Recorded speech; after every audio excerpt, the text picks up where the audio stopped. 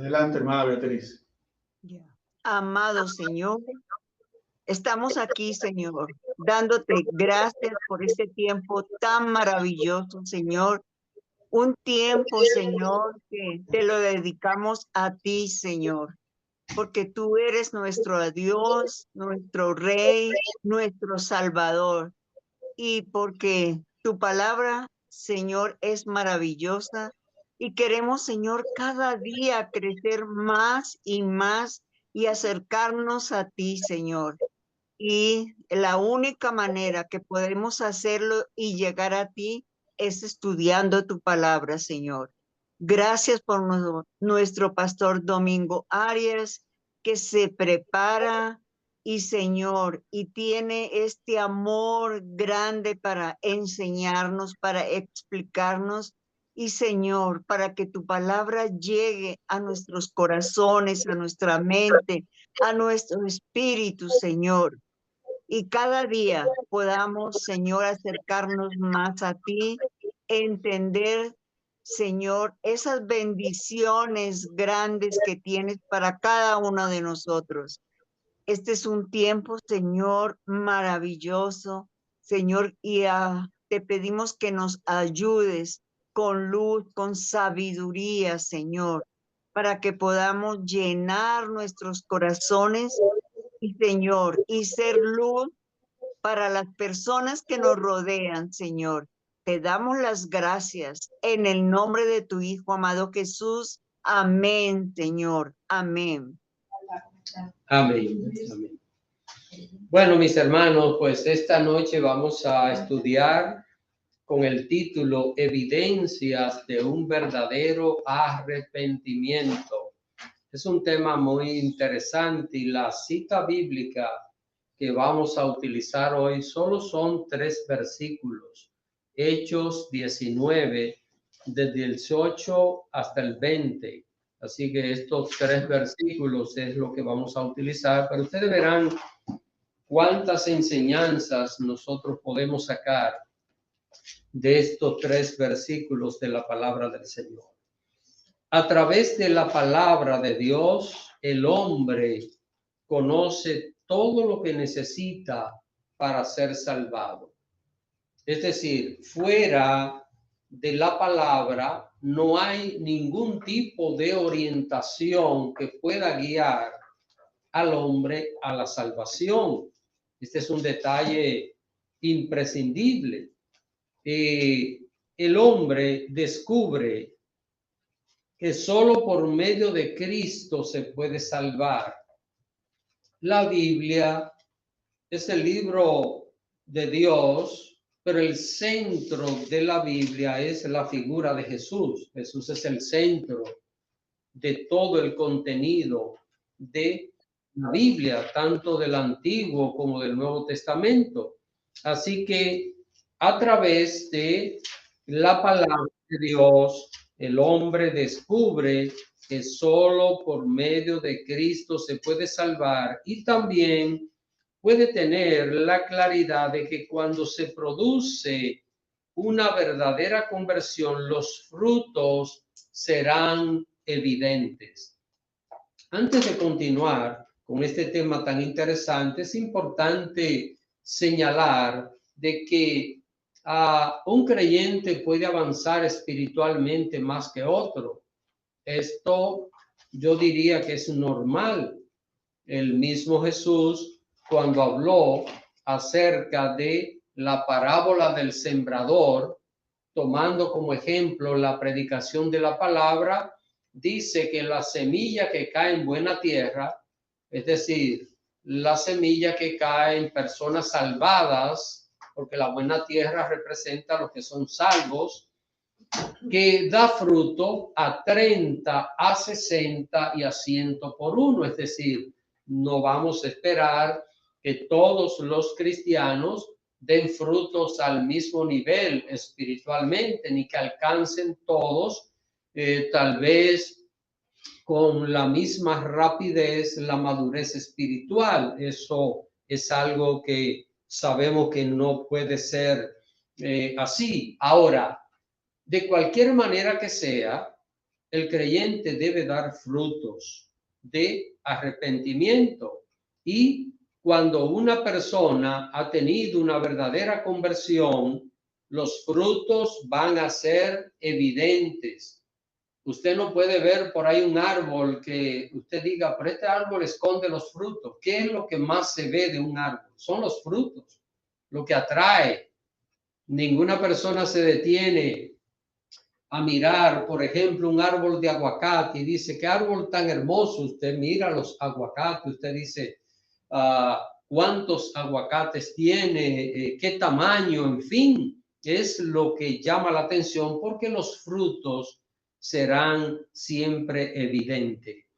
El pasaje que estudiaremos hoy nos enseña lo que pasó con mucha gente de la ciudad de Éfeso que escuchó la predicación del evangelio a través de Pablo.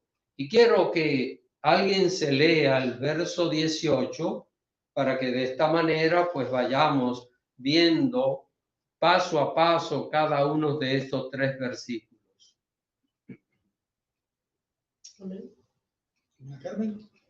Hechos 19, 18 nos dice, y muchos de los que habían creído venían confesando y dando cuenta en sus hechos. De sus hechos. De sus hechos.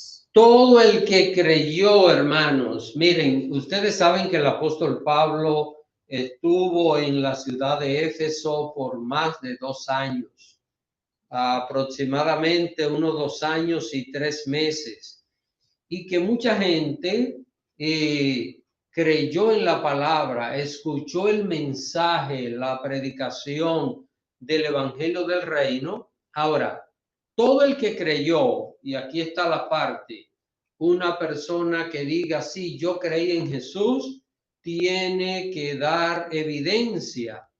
Allí, toda persona creyente fue evidenciada a través del testimonio que daba. Importante, el testimonio es lo que va a ser evidente en una persona que haya creído en el Señor. Nos preguntamos, ¿qué hacían aquellos creyentes? Esos creyentes que creían en el Señor testificaban en público sobre qué. Miren lo que dice el versículo. Venían confesando y dando cuenta de sus hechos. Esta gente testificaban en público sobre la mala conducta que habían tenido. Cuando una persona ha tenido un verdadero arrepentimiento, identifica lo malo que hacía. Detalle muy importante, hermanos, cuando una persona tiene un verdadero arrepentimiento, no justifica lo malo que hacía. No va a estar diciendo, bueno, yo no he podido superar esto, todo el mundo tiene defectos, todo el mundo tiene debilidades, yo también las tengo. Cuando una persona ha tenido un verdadero encuentro con Cristo, esa persona va a identificar lo malo. Yo quiero decir esto con claridad. No significa que la persona llegue a ser perfecta. Tampoco esto quiere decir que tal vez la persona haya dominado el 100% una debilidad, pero lo reconoce, dice, esto está mal, esto no puede ser. Era lo que estaba pasando allí. Esta gente estaba identificando el pecado, estaba mencionando el tipo de pecado, el estilo de vida que llevaban, y al hacer esto en público estaban renunciando a seguir haciéndolo. Noten, hermanos, este detalle tan importante, que la persona no solo confesaba, sino que renunciaba a seguir practicando estas cosas. Bien sabemos, por ejemplo, que hay gente que sabe que los vicios que practican le pueden causar la muerte. Usted le pregunta a un fumador, puede terminar con cáncer en los pulmones, Y él dice que sí. El fumador es consciente de que el tabaco produce cáncer. Por ejemplo, la persona que consume alcohol es consciente de que le puede dañar el hígado, puede terminar con una cirrosis hepática, pero el conocer esto y estar consciente para arrepentirse y para alejarse de esas cosas son dos asuntos diferentes. Noten, en una verdadera conversión, la persona confiesa que el pecado está mal, pero con el propósito de apartarse de él, de renunciar al pecado, no quiere seguir haciéndolo. Es importante de que en este punto nosotros aclaremos también un detalle, y es que al leer lo que dice este verso, dice que muchos de los que habían creído venían confesando y dando cuenta de sus hechos. Alguien puede malinterpretar que estas personas se convirtieron en predicadores que ganaban alma con los testimonios de su vida pasada. Hay personas, y yo los he visto, que su predicación es dar testimonio. Comienzan, leen un versículo de la Biblia, el resto es hablar de lo que eran. Que yo antes era brujo y que yo hacía esto, y siempre todo gira en torno a lo que la persona era. Y esto no es lo que está pasando aquí, hermanos. Esta gente, aunque compartían su testimonio, pero no eran predicadores, no eran personas que estaban dedicadas a la predicación y tenían como base de su predicación dar su propio testimonio, sino que eran personas nacidas de nuevo que con gozo expresaban su arrepentimiento y reconocían los pecados cometidos. Así que, mire, cuando una persona está arrepentida del pecado, no es que debe estar mencionando todo el tiempo lo que hacía, porque tampoco esto es necesario, pero ya esa persona no siente dolor de expresar y de decir, no, porque yo era un mentiroso, no, porque yo era una persona muy iracunda, no, porque yo era una persona muy rencorosa, o porque yo le hacía daño a las personas. Recuerdo en días pasados que estábamos en una actividad y era una actividad de compartir. Bueno, no era de comida, sino era un evento espiritual, pero un hermano dijo que antes, cuando él conoció al Señor, él maltrataba a personas que trabajaban con él, que él los trataba mal. Y él dice, y después que yo conocí a Cristo, yo me di cuenta qué mal yo trataba a las personas y cómo todo el mundo sentía repudio hacia mí, aunque él era jefe de una cantidad de personas. Y luego cómo él produce ese cambio y él miró el acercamiento de los demás hacia él y que la gente empezó a tratarlo, acercándose a él y tratarlo con cariño. Hermanos, el arrepentimiento debe mostrarse a través de un buen testimonio, de reconocer que el pecado está incorrecto y que el cristiano ha sido llamado no para seguir pecando, sino para apartarse del pecado, porque ese es el propósito del Señor. Ahora, esto es lo que nosotros estamos viendo donde en Éfeso, hermanos. En Éfeso la gente estaba apartándose del pecado, de la maldad, porque quería dar un paso de arrepentimiento con Cristo.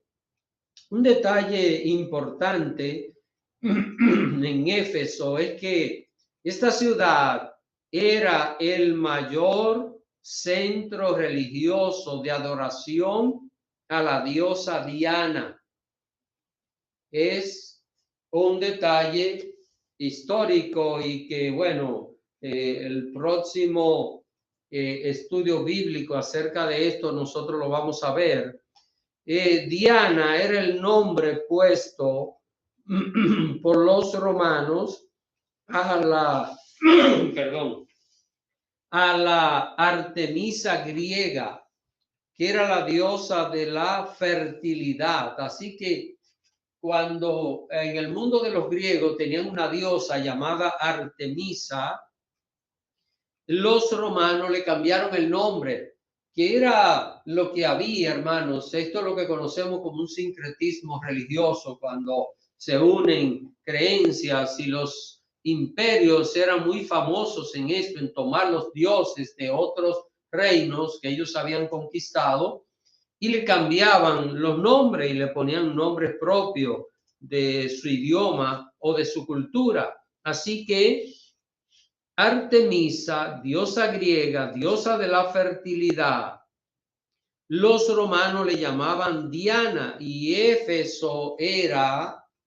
el mayor centro religioso de adoración a la diosa Diana. Incluso, según la historia, una de las 7 maravillas del mundo antiguo era el templo de Diana, allá en Éfeso.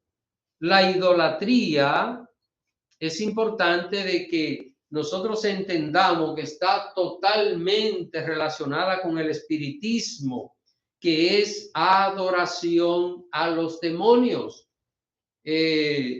Esto no parece ser tan complicado. Una persona tal vez puede decir, bueno, pero yo no estoy adorando ídolos, como hay tanta gente en este mundo que dice, no, porque no adoramos ídolos, lo tenemos para venerarlo. Pero es mentira. ¿Para qué construyen una estatua? ¿Para qué hacen una imagen cuando está prohibido en la palabra de Dios? Esto está claro, sin ninguna necesidad de interpretación. Ahora, miren, esto sí es serio, lo que vamos a leer ahora. No vamos a ir de Hechos dejen marcado Hechos 19, pero vamos a 1 Corintios, capítulo 10, está después a mano derecha Romanos, y después está 1 Corintios, capítulo 10, y vamos a leer 2 versículos acá.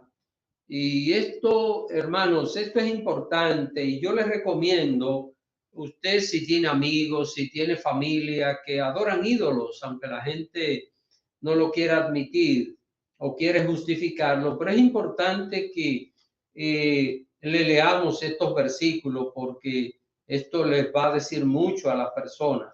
Vamos a ver.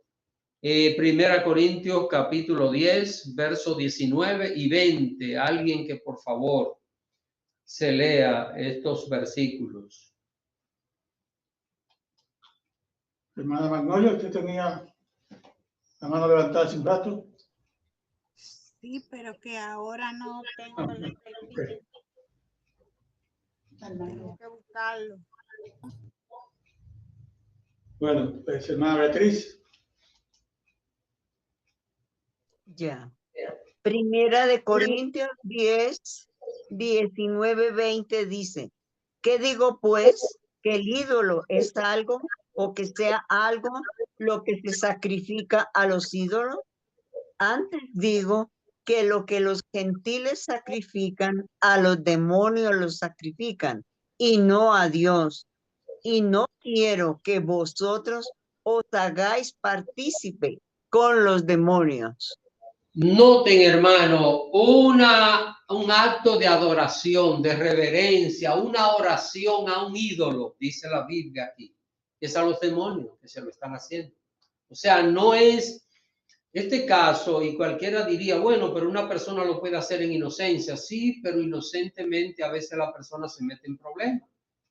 ¿Cuántas veces un niño inocente se causa la muerte? ¿Cuántas veces un niño inocente se mete en peligro? Un niño inocente puede hacerse una herida, puede provocarse un accidente. Inocentemente va a haber consecuencias. Y en este caso, una persona, por su concepción religiosa, se arrodilla, le pide a un ídolo, y miren lo que dice aquí la Biblia, dice que está pidiéndole, está adorando, en este caso sacrificando, porque en esa cultura se hacían sacrificios de animales y era muy común esa práctica a esos dioses que estaban representados por una imagen en todos estos lugares. Así que, hermanos, aquí estamos viendo dos cosas. Estamos viendo cómo la idolatría y el espiritismo se juntan. Donde hay idolatría, hay espiritismo, aunque la persona no diga creer en brujería, porque ¿qué es lo que es el espiritismo? Es adoración a los demonios, es una actividad donde la persona entra en contacto con los demonios. Y en el caso de Satanás no le importa que la persona sea consciente o no de lo que está haciendo. El diablo se aprovecha. En el caso de Dios, para una persona acercarse a Dios, debe estar consciente que le sirve a Dios. La Biblia dice que el que se acerca a Dios es necesario que crea que existe y que es galardonador de los que le esperan, de los que le temen.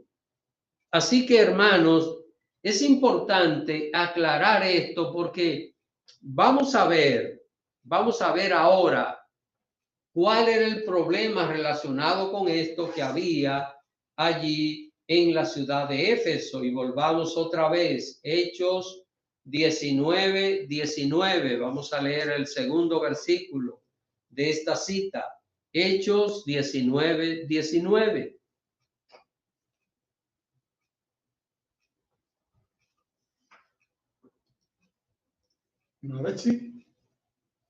Hechos 19:19. Asimismo, muchos de los que habían practicado la magia trajeron los libros y los quemaron delante de todos. Y hecha la cuenta de su precio, hallaron que eran 50,000 piezas de plata. Hermanos, el espiritismo se practicaba mucho en Éfeso. Primero, centro principal de adoración de la diosa Diana. Y noten lo que aparece acá. Y mucha gente practicaban la brujería o el espiritismo en Éfeso hasta que recibieron a Cristo. La magia que se menciona aquí en este versículo no es hacer trucos para entretener a la gente. No estamos hablando de estos magos que hacen trucos por ahí para distraer a las personas, sino que está hablando de practicar brujería. Dese cuenta que de haber sido solo asuntos de diversión no tendría mayor implicación. Sin embargo, noten acá que esta gente llevó a quemar los libros de magia. Y más adelante vamos a ver algunos detalles y algunas cosas que podemos nosotros aprender acerca de esto. Esta gente, a través de la magia, que era brujería, estaba acostumbrada a ¿qué? A ver señales. Déjeme volver otra vez un poquito atrás de lo que tocamos la semana pasada. ¿Puede el diablo hacer milagros? No, pero el diablo puede hacer señales y puede producir prodigios, no milagros. Hay cosas que una persona va a un centro de hechicería y el hechicero, el demonio hablando a través del hechicero le va a decir cosas a la persona que la persona la puede ver, incluso puede ver manifestaciones y todas estas cosas. Ahora, esta gente, noten que era grande el nivel de brujería que se practicaba en Éfeso. Y por esta razón, y aquí, hermanos, estudiando y viendo estos detalles, yo pude entender con mayor claridad por qué en Éfeso el Señor permitió que Pablo, desde luego era el Señor que lo hacía, a través de Pablo dice que hacía milagros extraordinarios. ¿Por qué? Porque esta gente estaba acostumbrada a ver señales, a ver cosas evidentes.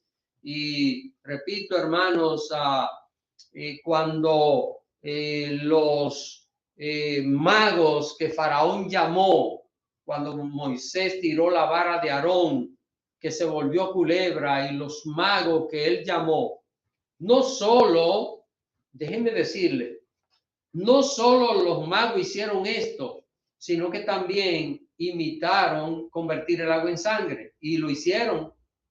Lo único que el agua en sangre, que fue hecha por la mano de Dios, no se detenía. Déjeme explicarle esto. Por ejemplo, el diablo puede levantar un paralítico, levantarlo por un día, por 2 días, y vuelve otra vez a ser paralítico. Cuando es un milagro de Dios, esa persona jamás vuelve a ser paralítica. Pero el diablo puede hacer cosas y señales evidentes.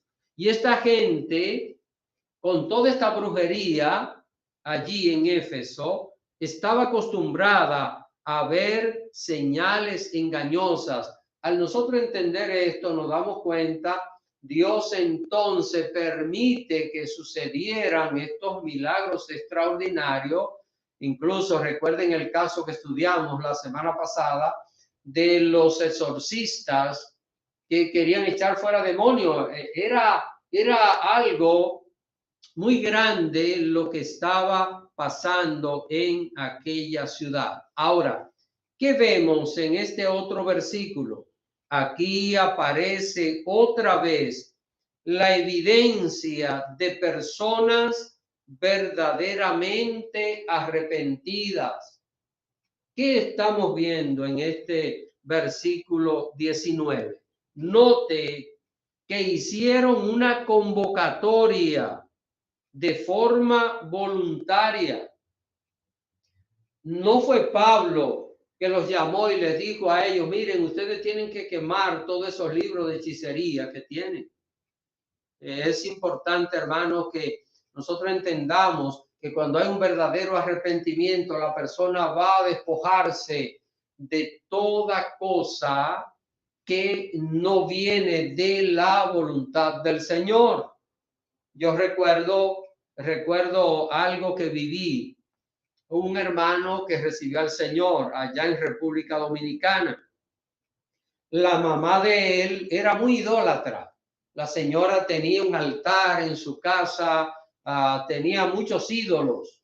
Y un día él me dijo a mí, me dijo que si cuando su mamá saliera, él entraba y se llevaba todo eso y lo rompía, lo botaba, que yo le recomendaba. Y yo le dije, no, hermano, tú no vas a hacer nada con eso, porque esos ídolos que están ahí no son nada. El problema es el corazón de ellas. Si sus ídolos están en el corazón, tú le puedes romper eso y lo más que va a tener es un problema con ella, un disgusto con ella. Así que ahora, el día que ella conozca a Cristo, ella misma se va a deshacer de todas esas cosas. Pues hermano, pasaron unos meses y la señora aceptó a Cristo. Recuerdo que un día en un culto, él la llevaba a la iglesia, pero ese día la señora aceptó a Cristo y me dijo, pastor, mamá botó todo, me dijo que le sacara todo eso de la casa que no lo quería. Le dije, ¿ves? ¿Por qué? Porque primero salieron del corazón los ídolos y cuando salen del corazón ya no hay ningún efecto en la vida de la persona. Así que, hermanos, ¿qué estamos viendo nosotros acá en este versículo? Estamos viendo otra vez la evidencia de persona verdaderamente arrepentida. hicieron una convocatoria. Repito, no fue Pablo que les dijo a ellos, miren, tienen que deshacerse de estos libros. Ellos se dieron cuenta. ¿Por qué? Porque el Espíritu Santo ya moraba en sus vidas. Y cuando el Espíritu Santo mora en una persona, esa persona nace de nuevo y esa nueva criatura anhela a Dios, se va a querer alejar de todo lo que es contrario a lo que dice la palabra del Señor. Así que, hermanos, se reunieron y dice que los que habían practicado la brujería decidieron quemar todos esos libros. ¿Qué enseñanza nos trae esto a nosotros? Vamos a ver, yo quiero ahora detenerme antes de seguir explicando esto. Vamos a ver a nuestras vidas, ¿qué nos dice esto? ¿Qué aprendemos de este punto acá? Vamos a ver. Los hermanos de Zoom que han estado calladitos.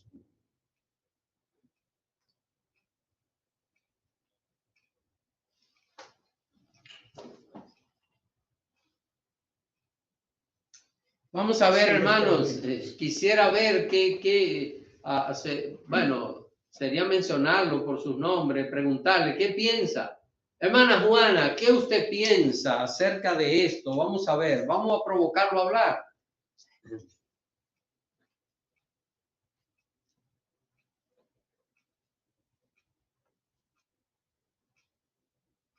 Hermana Juana, active el micrófono.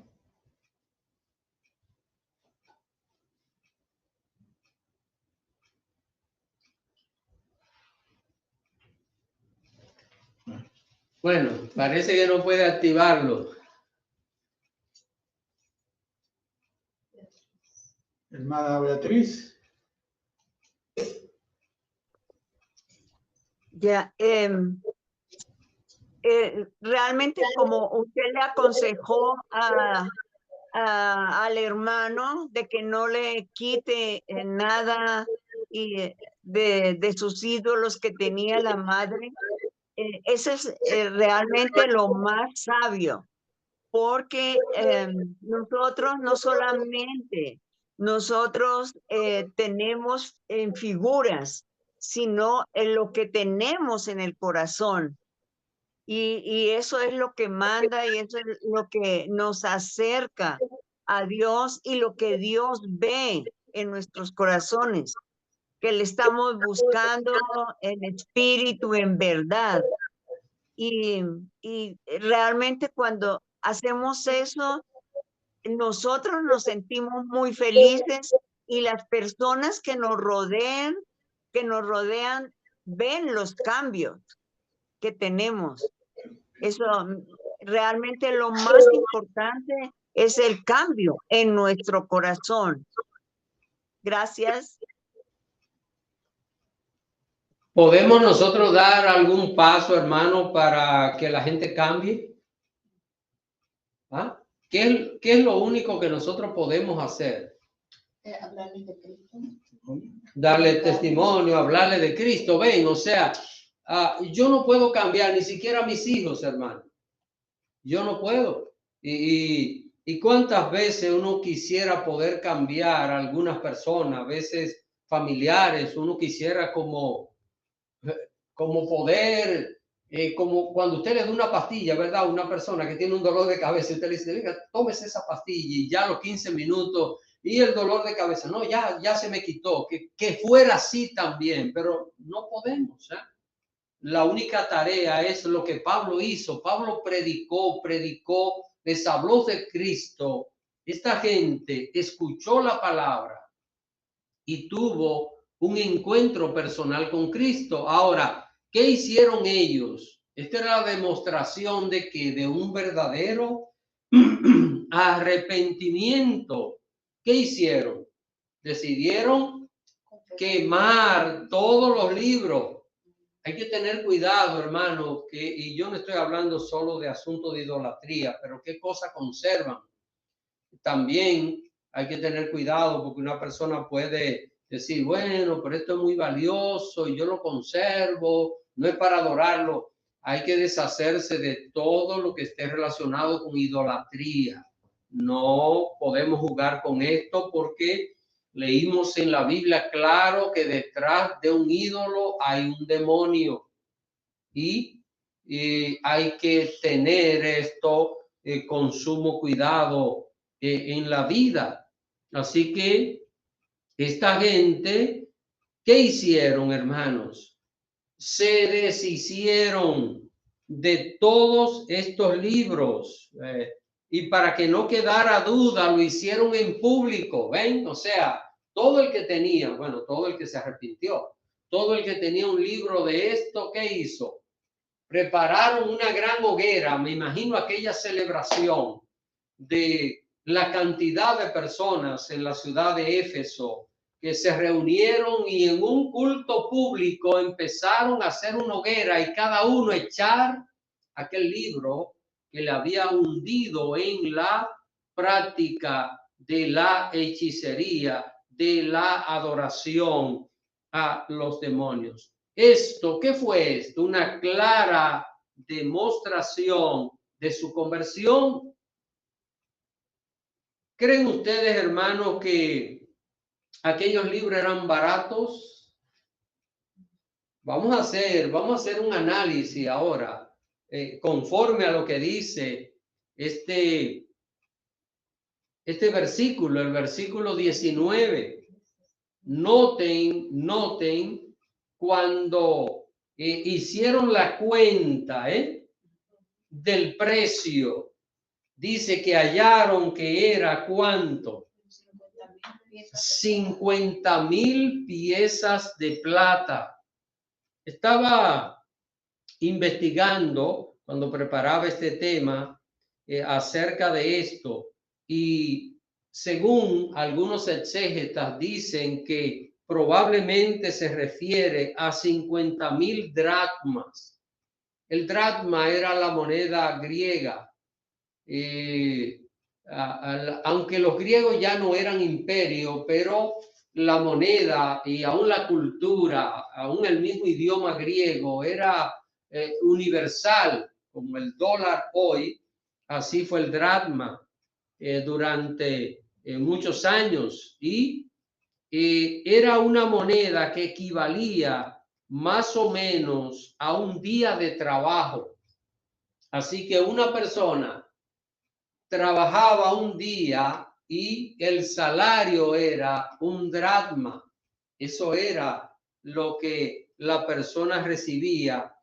Lo que quiere decir que estamos hablando aquí de 50,000 salarios de un día.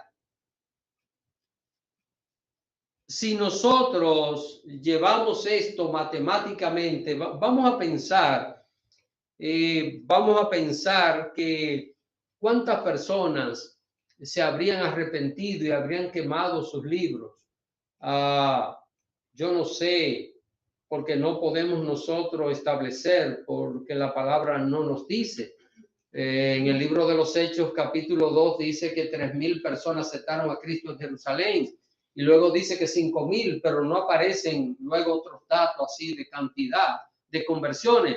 Pero hermano, estamos hablando de 50,000 dracmas. 50,000 salarios diarios de una persona. Si se convirtieron a Cristo, pensemos que se convirtieron, qué sé yo, 2,000 personas en la ciudad de Éfeso. Estamos hablando de que cada uno de ellos quemó su libro.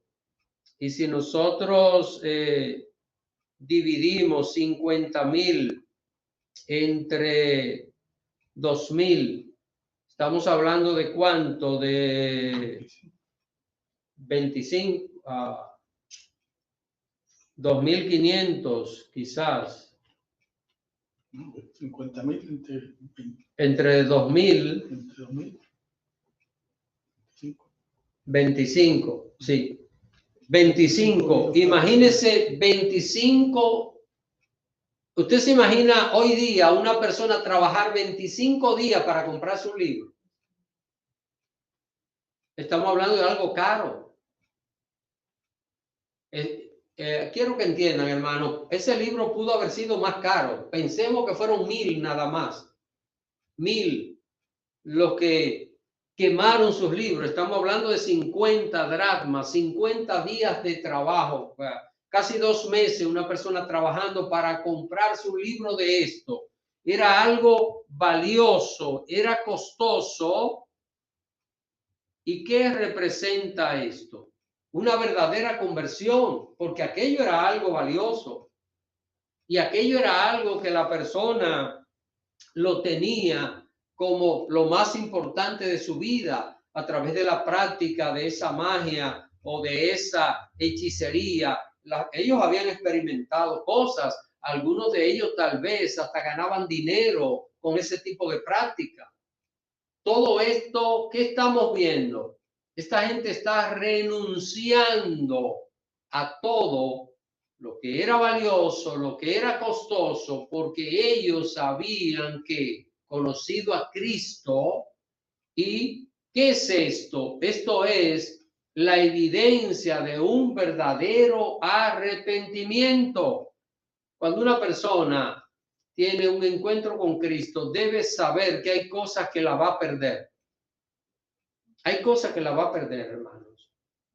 Y puede ser hasta, no estoy hablando necesariamente de dinero, puede ser dinero también, porque a veces la persona lleva un estilo de vida donde recibe algún dinero y cuando conoce a Cristo dice, no, pero esto no puedo seguirlo haciendo, no puedo seguir practicando este tipo de cosas, ni generando ingreso así, de esta manera. Puede que sea legal, pero que sea inmoral, porque digamos que una persona se convierte a Cristo y tiene un prostíbulo, ¿qué tiene que hacer? Si conoce a Cristo de verdad, tiene que cerrar ese prostíbulo. Entonces, esa persona va a perder ingresos legales, pero inmorales delante de Dios, contrario a lo que dice la palabra del Señor. Una verdadera conversión va a producir renuncia de cosas humanamente valiosas para poder seguir a Cristo. Noten que aquella gente no vendió aquellos libros. Alguien diría, no, pero véndelo y ya, sal de eso. No, ellos sabían ya que esos libros eran dañinos, que eran diabólicos, que eran prácticas demoníacas y quieren destruir aquello de manera completa, de forma total.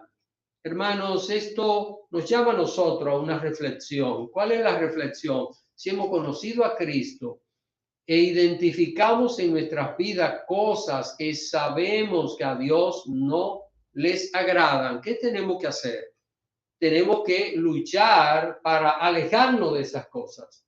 Y en el caso de ellos se estaban alejando de culturas, se estaban alejando de costumbres, se estaban alejando de cosas que para ellos habían sido muy importantes en su vida. Estaban acostumbrados a estas prácticas, pero también se estaban alejando de algo que había sido costoso para ellos.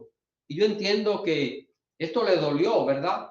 No debemos pensar que porque estaban verdaderamente arrepentidos, estaban haciendo estas cosas. Sé que lo estaban haciendo con gozo, pero entendamos que el gozo no quita la realidad de lo que la persona está haciendo. Si estoy destruyendo algo que me costó casi una fortuna, me va a doler, pero mi amor hacia Cristo tiene que ser mayor que ese sacrificio que estoy haciendo. Y esta es la enseñanza que nosotros vemos. Y mis hermanos, yo solo quise tomar estos 3 versículos de este capítulo, porque de esta manera nosotros podemos ver cómo se produce este cambio real. Y repito, cuando una persona nace en Cristo, la Biblia dice, nueva criatura en Cristo soy. Las cosas viejas pasaron y aquí todas son hechas nuevas. No va a haber un cambio un 100%, pero va a haber un cambio inmediato que se va a producir en el corazón de toda persona que acepta a Cristo. La otra parte le corresponde a la decisión de la persona. Noten, esta gente, si vemos otra vez el verso 18, dice, muchos de los que habían creído venían. Ven, lo primero es, Cristo entró a sus vidas. El Espíritu Santo hizo morada en ellos, pero la decisión ¿de quién vino? De alejarse de esas cosas. Fue de ellos. Un cristiano puede mantener en su vida prácticas del mundo y no querer despojarse de ellas. Hermanos, una de las cosas que como cristianos tenemos que aprender es a sacrificar nuestra carne. Recordemos que la carne no quiere hacer la voluntad de Dios. La carne no quiere nada de lo que es espiritual. La carne no quiere nada de lo que honra a Dios, porque la Biblia dice que la carne no se sujeta a Dios, ni tampoco puede. Es imposible.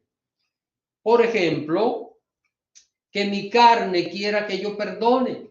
Es imposible que mi carne, que es mi naturaleza humana pecaminosa, quiera que yo haga el bien, que yo ore, que lea la Biblia, que asista a la iglesia. Mi carne no quiere que yo tome la cena del Señor. Mi carne no quiere nada que sea beneficioso para mi vida espiritual. Y se va a producir esa lucha, se va a producir esa batalla.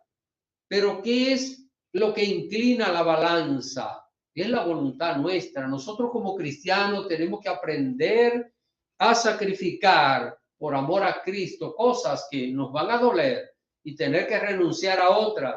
Hermanos, una de las cosas difíciles es cuando tenemos que obedecer lo que dice la palabra. La palabra dice una cosa y nosotros estamos por otro lado. ¿Por qué? Porque venimos de una vida que no agrada al Señor. Traemos costumbres, traemos hábitos y romper eso va a costar. Pero el cristiano tiene que hacerlo por amor a Cristo. Por esto, este tema es tan interesante, las evidencias de un verdadero arrepentimiento. Ahora, vamos a ver, y con esto ya concluimos esta noche, vamos a ver el último versículo para hoy, que es el verso 20. Y aquí vamos a terminar de explicar algo que decía en el verso 18. Así que vamos a ver. Verso 20. Alguien que lee el verso 20, por favor.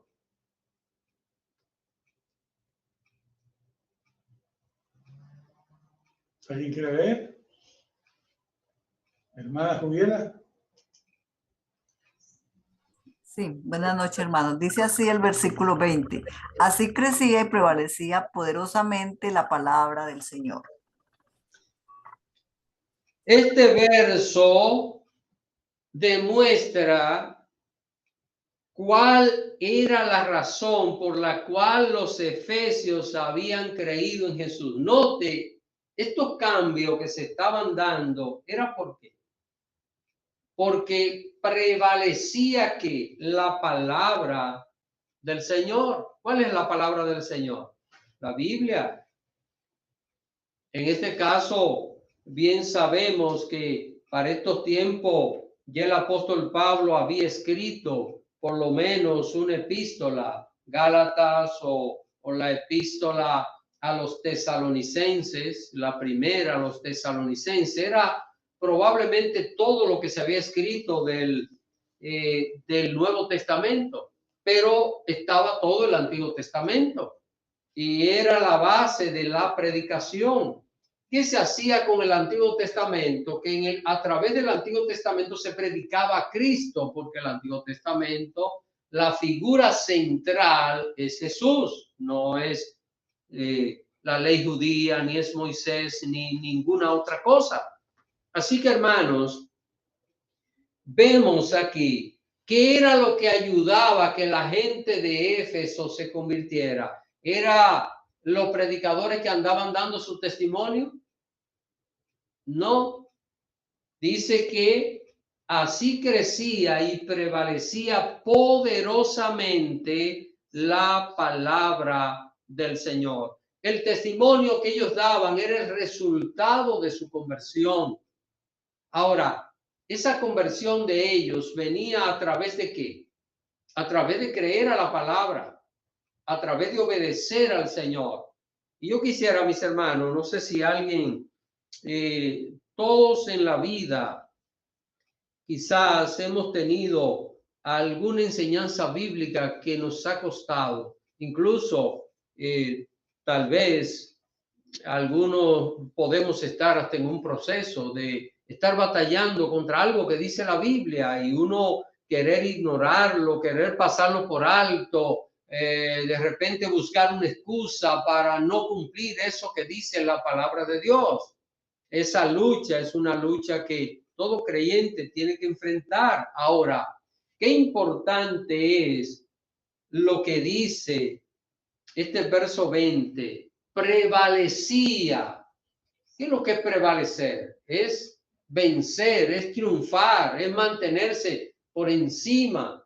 Qué bueno es cuando la palabra de Dios prevalece en nosotros, cuando nuestras luchas personales, nosotros como cristianos tenemos lucha, tenemos momentos en los cuales flaqueamos, pero concluimos diciendo, Señor, voy a obedecer tu palabra. Porque solo el Evangelio de Cristo transforma el corazón del hombre y los cambios, y con esto concluyo, miren, los cambios son la única evidencia de que una persona ha nacido de nuevo. ¿Por qué nosotros podemos ver que de verdad la gente de Éfeso conoció al Señor? Vemos el testimonio que daban, cómo se desprendieron de aquellas cosas que eran valiosas para ellos, no solo físicamente, sino en sus corazones. Esto fue una evidencia clara de que esta gente de corazón estaba arrepentida al Señor. Repito, hermano, que nunca vamos a ser perfectos, pero cuando una persona conoce a Cristo, va a tener que demostrar con hechos que ama al Señor. Y para esto va a tener que hacer sacrificios. Va a tener que enfrentar situaciones difíciles por amor a Cristo. Va a tener que renunciar a muchas cosas de este mundo. El apóstol Pablo, hablándole a los hermanos de Filipos, le dijo que él todo, y él comienza a hacer un listado. Él dice, ustedes saben que yo era fariseo y que yo fui educado a los pies de Gamaliel. Gamaliel era el maestro de la ley en Israel más prestigioso.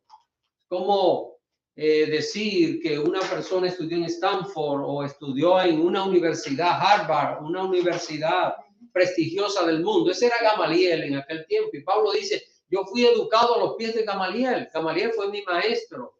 Estudié con él, fariseo de fariseos, circuncidado al 8º día, de la tribu de Benjamín. Y él decía, en cuanto a la ley, era una persona muy activa. Sin embargo, ¿qué dice él? Todo lo tuve por basura para ganar a Cristo. Todo esto, dice él, lo tengo por basura. Todo lo que era un renombre entre los judíos, Pablo lo echó a la basura porque se había encontrado con el verdadero tesoro, el tesoro de Cristo. Y la verdad, mis hermanos, que es importante que cada uno de nosotros cuide su testimonio. Recuérdese que nosotros no podemos ver el Espíritu Santo en una vida, nosotros no podemos ver el corazón de una persona, no lo podemos ver. Y no podemos juzgar a una persona y decir que esa persona no ha sido realmente salvada porque es un juicio que no nos corresponde a nosotros, le corresponde a Dios. Pero cuidemos nuestro testimonio, que el que nos ve actuando no dude de nuestra salvación, que la persona que nos ve actuando, comenzando por nuestra casa, pueda testificar y decir, esa persona conoce a Cristo, esa persona sirve al Señor. La evidencia fue clara en Éfeso, esta gente se apartó de todo aquello que lo alejaba del Señor. No sé si tienen alguna pregunta final, hermanos, algún comentario que quieran hacer. No sé si alguno de los que están conectados no están participando, presentes, pero bueno, si tienen alguna pregunta, sería interesante verla.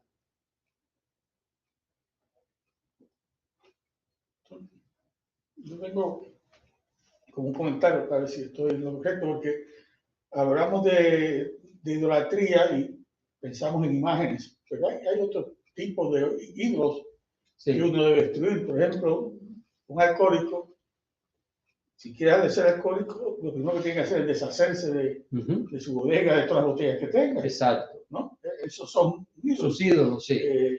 Y alguien que es muy avaro con el dinero, muy materialista, pues no tiene que tirar todo el dinero, pero debe usarlo para ayudar a los que no tienen. Entonces, a veces pensamos en imágenes, pero tenemos el dinero, la bebida, las diferentes tentaciones del mundo que son... Sí, hasta el orgullo, el orgullo, la vanidad, todo eso se convierte en ídolos. También pueden ser personas, ¿verdad? Personas, Sí, por tu supuesto. marido, tu esposo, Por supuesto, si yo tengo a mi esposa por encima de Dios, si yo desatiendo a Dios por atender a mi esposa, él se convierte en un ídolo. Así que todo esto es para ponerle atención, que nada ocupe el primer lugar en nuestras vidas, solo el Señor. ¿Preguntas, algún comentario de los hermanos de Zoom? Pues parece que no, nadie ha levantado las manos, así que, hermanos, pues lo dejamos hasta aquí por esta noche.